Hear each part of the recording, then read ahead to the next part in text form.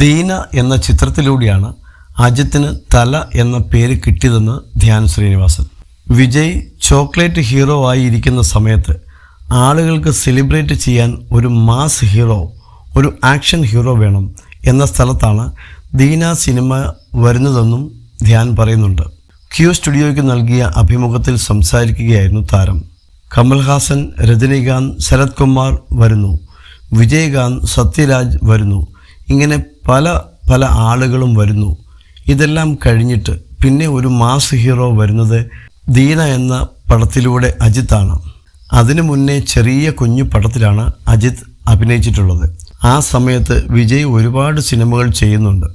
പ്രിയമാനവളെ, ബദ്രി പോലെയുള്ള സിനിമകൾ വിജയ് സൈഡിൽ റൊമാൻറ്റിക് ഹീറോ ആയിട്ട് ചെയ്യുന്നുണ്ട്. അനിയത്തിപ്രാവിൻ്റെ തമിഴ് ചെയ്യുന്നുണ്ട്.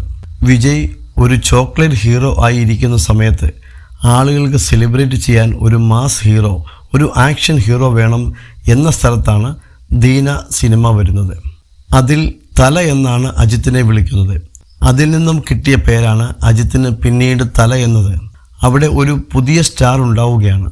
അതിനു മുന്നേ അജിത്ത് വാലിയും അമരാവതിയും തുടങ്ങി ഒരുപാട് റോംകോം പടങ്ങളൊക്കെ ചെയ്തിട്ടുണ്ട്.